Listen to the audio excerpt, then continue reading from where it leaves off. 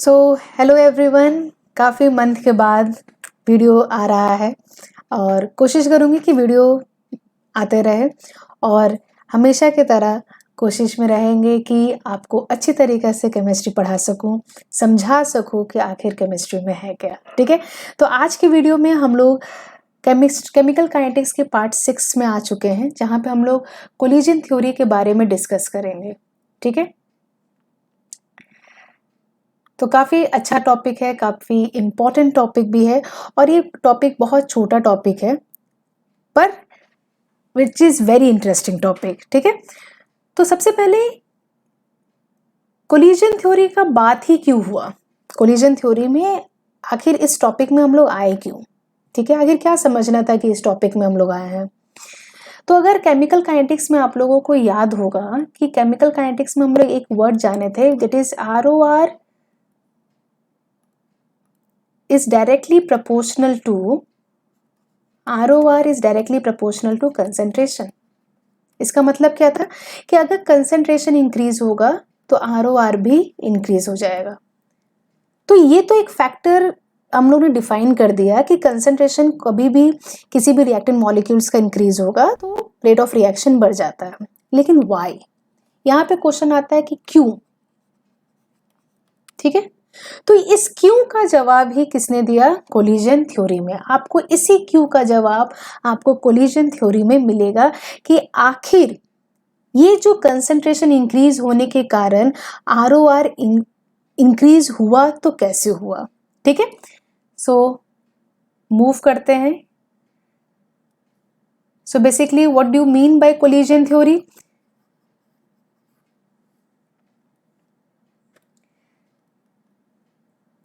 Okay, so let's see, सबसे पहले definition देखते हैं कि डेफिनेशन में कोलिजन थ्योरी का क्या लिखा है। It explain why different reactions occur at different rate and it suggest a way to change the rate of a reaction.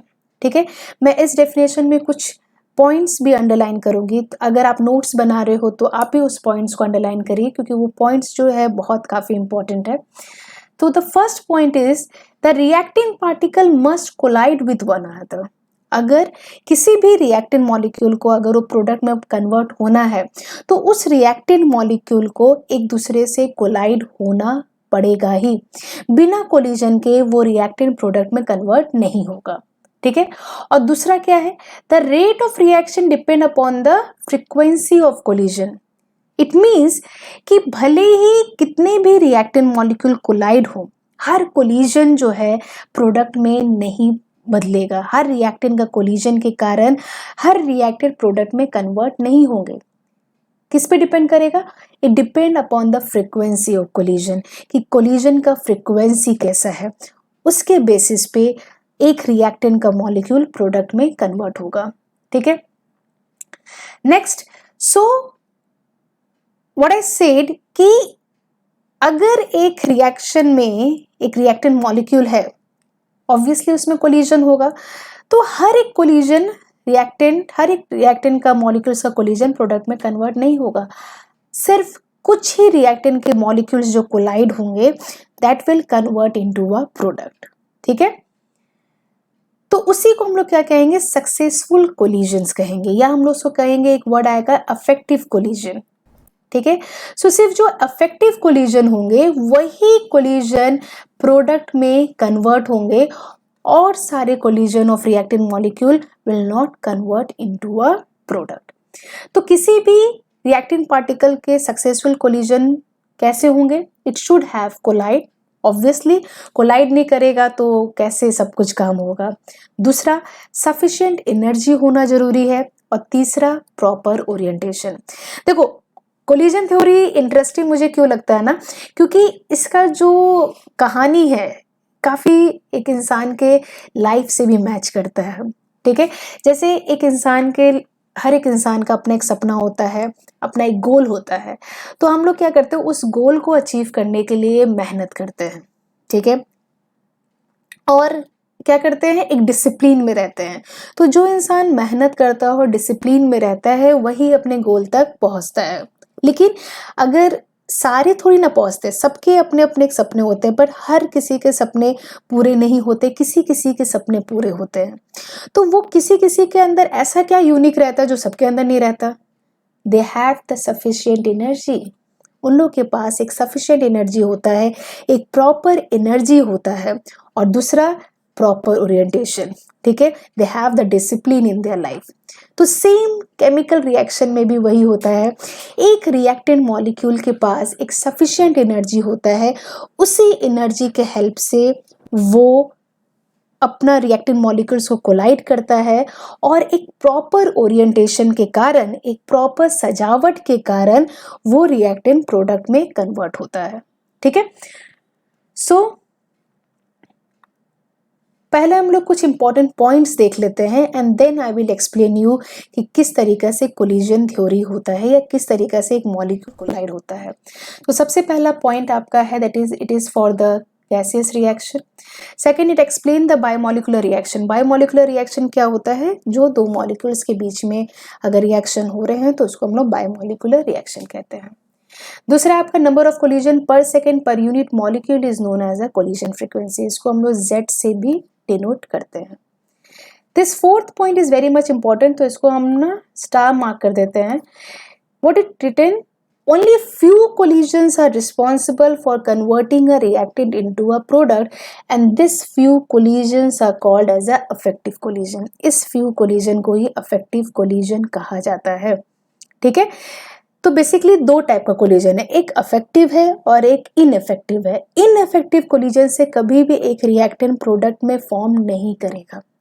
ठीक है, तो काफी सारे number thousands of molecules are there, लेकिन thousands of molecule will not convert into a product, only some of them have a proper orientation, have a proper energy to convert into a product. तो आखिर affective collision तो हम लोग समझ गए कि हाँ अफेक्टिव कोलिजन होना जरूरी है, लेकिन ये अफेक्टिव कोलिजन कैसे होगा? तो मॉलिक्यूल्स के बीच में ये दो दरार आ गए, ये दो हर्डल्स आ गए।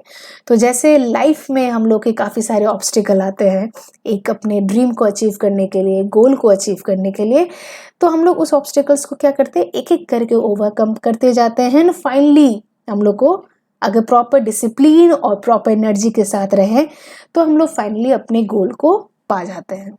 ठीक उसी प्रकार यहाँ पे भी रिएक्टेंट मॉलिक्यूल भी दो हर्डल्स को क्रॉस करता है, एक आपका है एनर्जी बैरियर ग्राफ और दूसरा आपका है ओरिएंटेशन बैरियर। ठीक है, so now I am explaining you किस तरीके से आखिर कोलिजन होता है और उस कोलिजन से कैसे एनर्जी बढ़ते हैं और वो एनर्जी बढ़ने के बाद एक रिएक्टेंट प्रोडक्ट में कैसे कन्वर्ट होता है। So focus. ठीक है, क्योंकि ये काफ़ी ना लाइफ से काफ़ी मैच होता है ना, तो मुझे ये टॉपिक ही बहुत अच्छा लगता है। और अगर आप कोई भी चीज़ अपने डेली लाइफ से कभी भी कुछ भी पढ़ रहे हो, चाहे फिजिक्स हो, केमिस्ट्री हो, बायोलॉजी हो, तो अगर आप डेली लाइफ से उसको कनेक्ट करोगे ना तो आपका वो सब्जेक्ट भी बहुत ईजी हो जाता है। ठीक है, so let's start. So suppose we have a reaction which is A + B give AB। ठीक है, तो ये एक रिएक्शन है। एक हम लोग जाल लिए जहाँ पे A गैस है और B गैस है, नीचे से हम लोग हीट प्रोवाइड कर रहे हैं। तो A गैस को हम ब्लैक सर्कल से इंडिकेट कर दे रहे हैं और B गैस को हम रेड सर्कल से इंडिकेट कर दे रहे हैं। सो आफ्टर गिविंग हीट कुछ देर बाद हम लोग क्या देखेंगे कि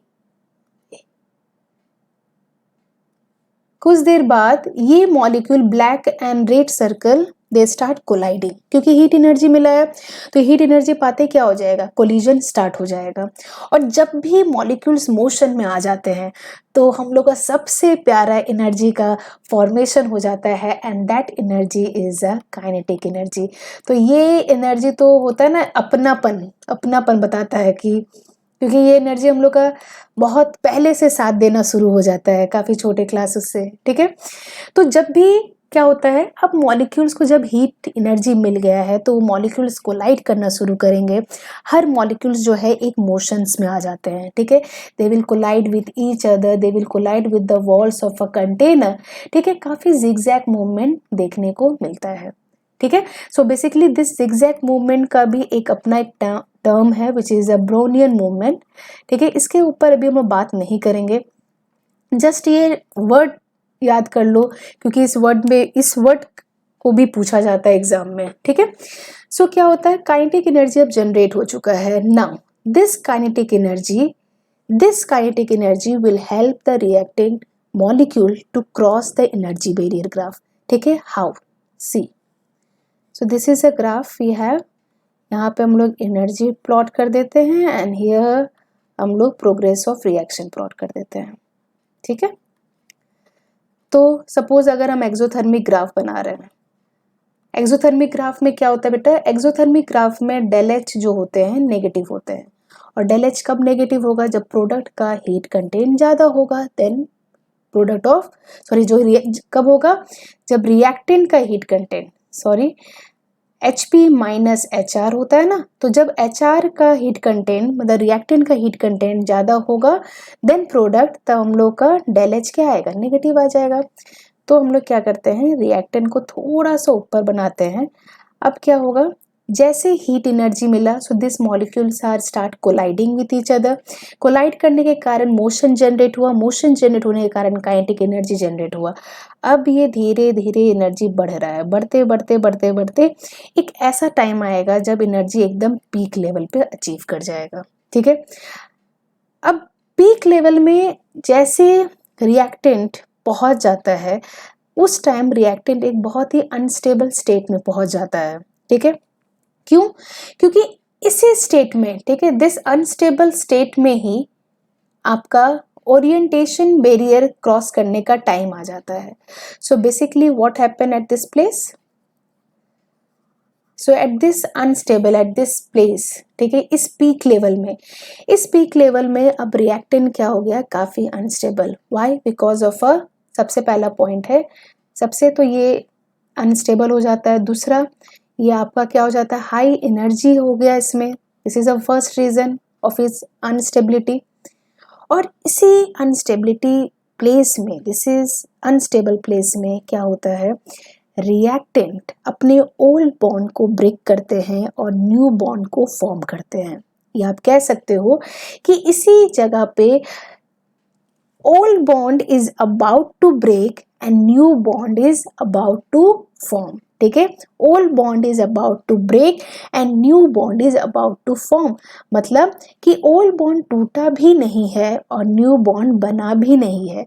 तो इस वक्त क्या होता है, आपके इंटरमीडिएट स्टेट का फॉर्मेशन होता है, एक इंटरमीडिएट कंपाउंड बनता है। तो यहाँ पे जो रिएक्टेंट जिस रूप में दिखते हैं ना, उसको हम 3 नाम से कहते हैं, 3 नाम से जानते हैं। क्या वो 3 नाम है, पहला आपका एक्टिवेटेड कॉम्प्लेक्स, इसको आप कह सकते हो, you can also say transition state,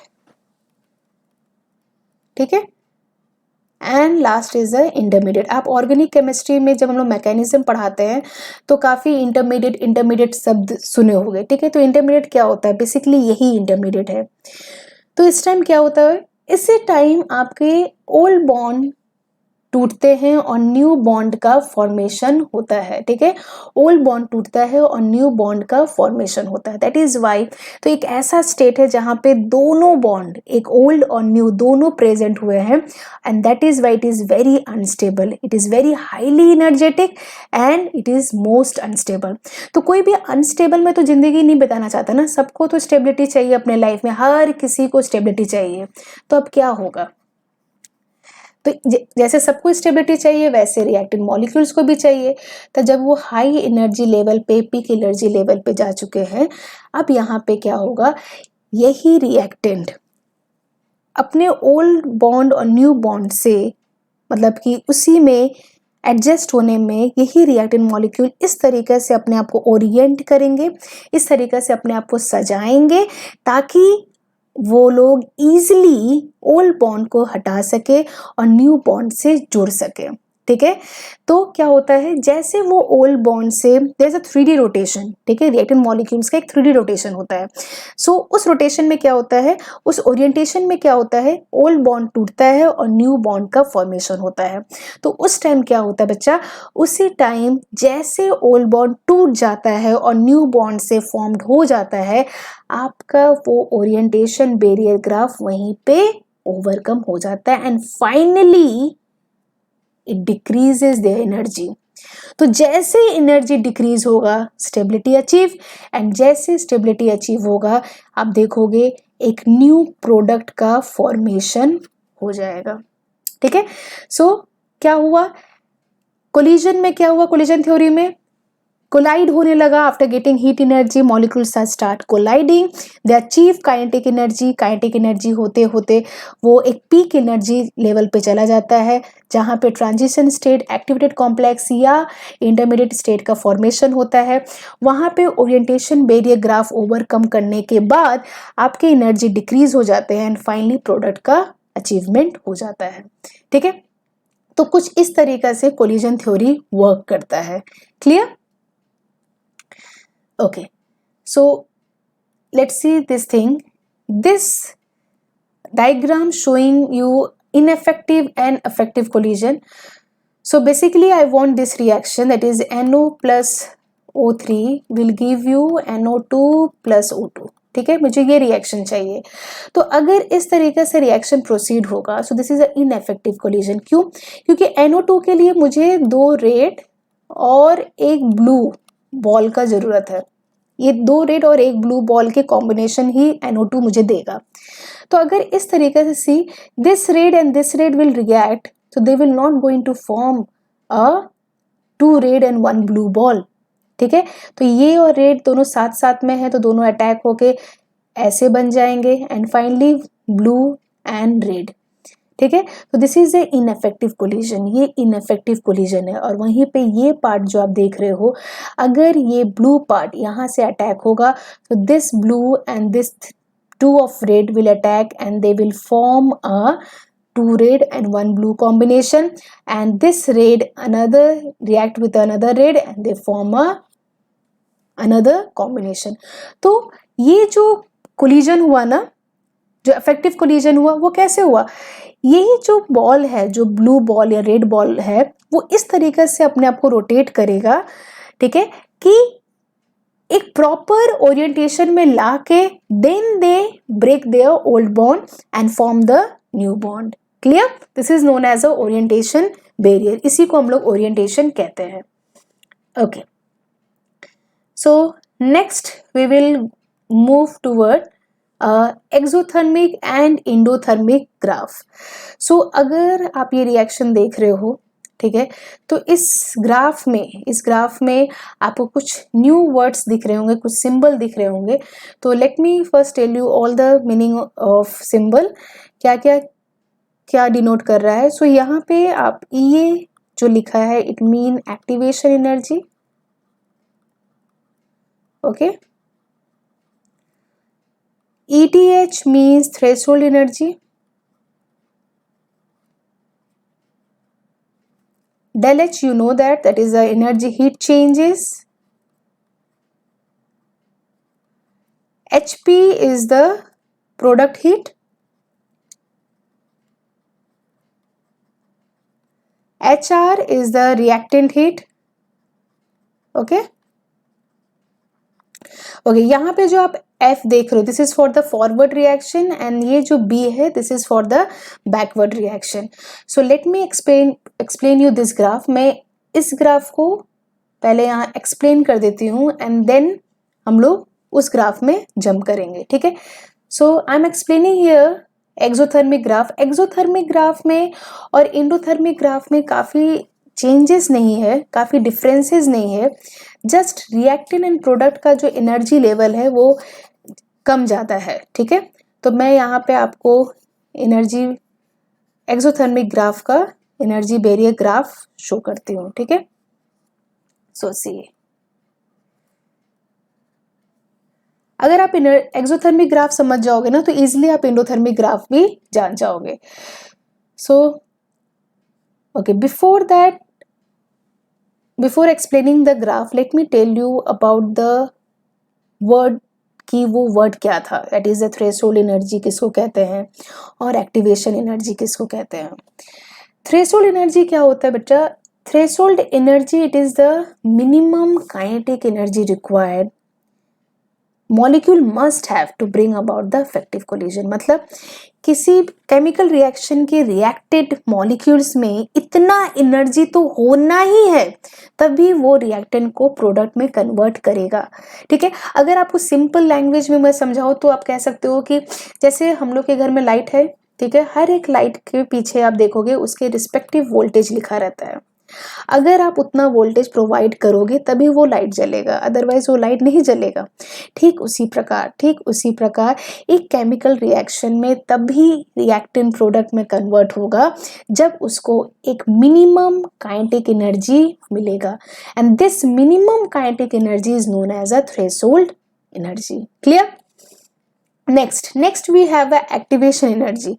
activation energy में बच्चा आप देखोगे कि इसके टर्म में ही इसका डेफिनेशन है, दैट इज एक्टिवेट. एक ऐसा एनर्जी जो रिएक्शन को एक्टिवेट करता है. तो फॉर एग्जांपल अगर कोई मशीन चल रहा है और मशीन चलते चलते रुक गया तो क्या होगा? तो हम लोग क्या करेंगे, लुब्रिकेंट डाल के देख लेते हैं कि लुब्रिकेंट डाल के ठीक हो गया तो ठीक है. तो अगर वो मशीन लुब्रिकेंट डालते ही ठीक हो गया, एक वर्किंग पोजिशन में आ गया, तो ये लुब्रिकेंट किस तरीके से एक्ट किया? Act as activation energy. ठीक है, so this is a extra amount of energy we put in a chemical reaction. ठीक है, तो एक्टिवेशन एनर्जी क्या होता है? It is a minimum extra amount of energy जो पार्टिसिपेट करता है इन अ केमिकल रिएक्शन ताकि वो रिएक्शन जल्दी से जल्दी अचीव कर सके. ठीक है, मतलब वो रिएक्टेंट बहुत जल्दी प्रोडक्ट में मुझे मिल सके. तो एक्टिवेशन एनर्जी हम लोग बाहर से एनर्जी डालते हैं. कब डालते हैं? जब लगता है कि नहीं यार, थ्रेशोल्ड एनर्जी से नहीं अचीव हो पा रहा है, मेरा रिएक्टेंट प्रोडक्ट में नहीं कन्वर्ट हो पा रहा है, then we add this extra amount of a energy. Clear? Okay, activated complex already आपको पता है. एक्टिवेटेड कॉम्प्लेक्स किसको कहते हैं? ऑलरेडी, जिसको हम ट्रांजिशन स्टेट, इंटरमीडिएट स्टेट भी कहते हैं, जो आपके पीक लेवल में था. ठीक है, एनर्जी बैरियर ग्राफ में जो यहाँ पे पीक लेवल में था, इसी को ही हम लोग एक्टिवेटेड कॉम्प्लेक्स, इंटरमीडिएट स्टेट या ट्रांजिशन स्टेट कहते हैं. It is written, it is most unstable state where molecule cross their orientation barrier by breaking and forming old and new bond. ठीक है, आई होप सो क्लियर है. Okay, now let me explain you each and every terms in the form of a graph. So I'm explaining exothermic graph. ठीक है, exothermic क्या होता है? Exothermic में क्या होता है? डेल एच आपके नेगेटिव होते हैं, राइट? तो डेल एच नेगेटिव क्या होता है? डेल एच का फॉर्मूला क्या होगा? H P minus H R. तो डेल एच नेगेटिव कब होगा? जब एच आर ज्यादा होगा तभी डेल एच नेगेटिव होगा. तो ऑब्वियसली इन एक्सोथर्मिक ग्राफ, अगर एक्सोथर्मिक ग्राफ आपको आइडेंटिफाई करना है तो आप कैसे आइडेंटिफाई करोगे? आप देखोगे कि रिएक्टेंट एनर्जी लेवल पे ज्यादा है. ठीक है, this is a progress of reaction. So this is A reactant. ठीक है, उसको एनर्जी लेवल में ज्यादा रखेंगे. अब क्या हो रहा है? कोलिजन स्टार्ट हो गया. सो कोलिजन स्टार्ट होते होते एक पीक एनर्जी लेवल पे पहुंच जाएगा. यहाँ पे क्या होगा? यहाँ पे ट्रांजिशन स्टेट फॉर्म होगा, unstable state, orientation barrier graph cross होगा, एंड जैसे ओरिएंटेशन बैरियर हो जाएगा एंड फाइनली एनर्जी अपने आप डिक्रीज हो जाएगा. ठीक है, सो एनर्जी जब डिक्रीज हुआ तो यहाँ पे प्रोडक्ट का फॉर्मेशन हो जाएगा. ठीक है, ये मैंने अभी जस्ट एक्सप्लेन किया था. नाउ सी, ये जो डिफरेंसेस है between reactant and molecule, this is known as a del H. ठीक है, this is a heat changes. Next H R क्या है? इसको हम लोग एच आर कहेंगे, heat content of a reactant. H P क्या है? This is known as H P, heat content of a product. Now see threshold energy देखते हैं. ये जो पूरा एनर्जी है, मतलब कि अगर एक रिएक्टेंट मॉलिक्यूल को प्रोडक्ट में कन्वर्ट करना है तो उसके अंदर इतना एनर्जी तो होना ही चाहिए, तभी वो कन्वर्ट होगा, अदरवाइज कन्वर्ट नहीं होगा। Clear? And what do you mean by activation energy? So here it is a activation energy, this part. ठीक है, ये है एक्टिवेशन एनर्जी और ये आपका है threshold energy. Clear? So this is exothermic graph. तो सेम इस तरीके से आपका एंडोथर्मिक ग्राफ भी आप देख सकते हो। एंडोथर्मिक ग्राफ में रिएक्टेंट वाला पार्ट नीचे है एंड प्रोडक्ट वाला पार्ट आपका ऊपर है। ठीक है, रिएक्टेंट वाला पार्ट नीचे है, प्रोडक्ट वाला पार्ट आपका ऊपर है। तो जैसे बस एंडोथर्मिक में आप जैसे ये जान जाओगे तो आप अपने से ही प्लॉटिंग कर लोगे। क्लियर? तो ट्राई करना है एंडोथर्मिक ग्राफ को बनाने का। This is a formula of a activation energy which is threshold energy minus energy of a reactant. Clear? Forward reaction, क्योंकि ये रिवर्सिबल रिएक्शन में काम होता है, तो फॉरवर्ड एंड बैकवर्ड रिएक्शन के लिए भी अगर फॉरवर्ड वाला काम चल रहा है तो एक्टिवेशन एनर्जी फॉरवर्ड रिएक्शन, और अगर बैकवर्ड वाला काम चल रहा है तो activation energy of a backward reaction. Now अब हम लोग थोड़ा फैक्टर पे बात करते हैं। The factor affecting activation energy, it is very important, another very important point two discuss. ठीक है, तो एक्टिवेशन एनर्जी को कौन कौन सा फैक्टर अफेक्ट करता है? The first factor which will be discussing is catalyst. So catalyst क्या है? द कैटलिस्ट एक ऐसा सब्सटेंस है जो कभी भी रिएक्शन में पार्टिसिपेट नहीं करेगा। आइदर वो स्पीड अप करता है या स्पीड डाउन करता है, लेकिन कभी भी पार्टिसिपेट नहीं करता। Just like a lock and की, ताले चाबी का काम है सिर्फ ताला को खोलना, ताला के साथ हमेशा रहना उसका काम नहीं है। ठीक है, तो this is a thing, it is applicable for catalyst also, कि कैटलिस्ट सिर्फ स्पीड अप या स्पीड डाउन करता है, वो कभी भी रिएक्शन में पार्टिसिपेट नहीं करेगा। So catalyst basically is two type. First is a positive catalyst which decrease the activation energy and help the reaction to achieve at a faster rate, where negative catalyst will increase activation energy and help the reaction to achieve at a slower rate। ठीक है, तो अगर हम लोग graph से देखें तो आप देख रहे हो कि this part, the green part, it is for the, क्या हुआ, पॉजिटिव कैटलिस्ट डालने के कारण एक्टिवेशन एनर्जी जो है डिक्रीज हो जाएगा और वो रिएक्शन जल्दी अचीव हो जाएगा। लेकिन अगर वही आप नेगेटिव कैटलिस्ट डालोगे तो क्या हो जाएगा, एक्टिवेशन एनर्जी बढ़ जाएगा। This is for the negative catalyst डालने के कारण हुआ। ठीक है, ये आपका विदाउट कैटलिस्ट एंड ये आपका पॉजिटिव कैटलिस्ट। ठीक है, clear? So this is another formula of activation energy which is activation, वही सेम ही है, यहाँ पे वर्डिंग में लिखा गया है कि average minus average kinetic energy. Now next formula is next factor we have a temperature। तो टेम्परेचर तो काफ़ी जाना पहचाना फैक्टर है। टेम्परेचर का नाम सुनते ही सबको आंसर भी आ जाता है कि टेम्परेचर बढ़ा तो काइनेटिक एनर्जी बढ़ेगा ही और रिएक्शन बढ़ेगा ही। ठीक है, लेकिन यहाँ पे थोड़ा गोलमाल है। तो टेम्परेचर जो सब कुछ बढ़ा देता है, ठीक है, सो टेम्परेचर इंक्रीज होने से क्या होता है, आपका काइनेटिक एनर्जी बढ़ेगा। काइनेटिक एनर्जी बढ़ा तो कोलिजन बढ़ा, कोलिजन बढ़ा तो आपका क्या हो जाएगा, ROR इंक्रीज होना ही है। चाहे वो एक्सोथर्मिक रिएक्शन चल रहा हो, चाहे वो एंडोथर्मिक रिएक्शन हो, अगर टेम्परेचर बढ़ रहा है तो काइनेटिक एनर्जी इंक्रीज होगा, कोलिजन इंक्रीज होगा एंड ROR इंक्रीज होगा, but it will not change activation energy. यहाँ पे नॉट लिख लीजिएगा। ठीक है, it will not change activation energy. Why? Because activation energy is not a part of a system. ये एक ऐसा एनर्जी है जो बाहर से हम लोग प्रोवाइड कर रहे हैं। ठीक है, तो टेम्परेचर तो सिस्टम का पार्ट है ना, तो टेम्परेचर सिस्टम की चीज को इंक्रीज और डिक्रीज कर सकता है, लेकिन उस एनर्जी को इंक्रीज और डिक्रीज नहीं कर सकता जो बाहर से आप दे रहे हो। इसीलिए टेम्परेचर ROR को चेंज कर सकता है, बट वो कभी भी एक्टिवेशन एनर्जी को चेंज नहीं करेगा। It is very very important point. Temperature will not change activation energy, whether it is endo और एक्सो, नो मैटर व्हाट, वो कभी भी एक्टिवेशन एनर्जी को चेंज नहीं करेगा। ठीक है, ओके, ये पॉइंट भी काफी इंपॉर्टेंट है कि see how what is the work of activation energy. Activation energy determine the rate at which it will proceed.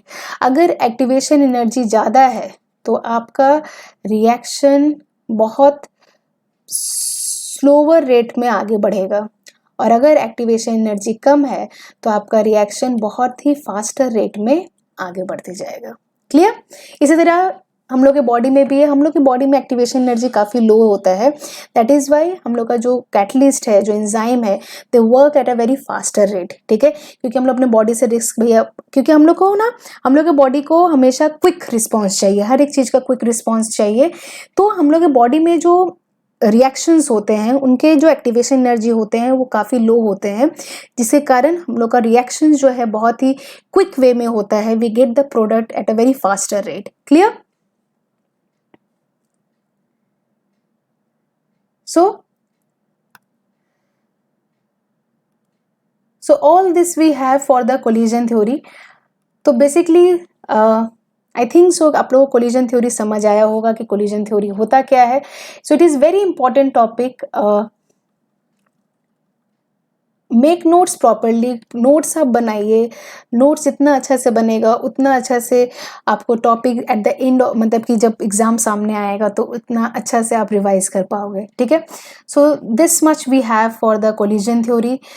If any doubt you people having, so please write down in a comment box. आप जो भी doubt है आपका clear किया जाएगा, और next video पे हम लोग नेक्स्ट टॉपिक के साथ आएंगे। तब तक के लिए keep reading and keep learning and enjoy your life. Okay, thank you so much.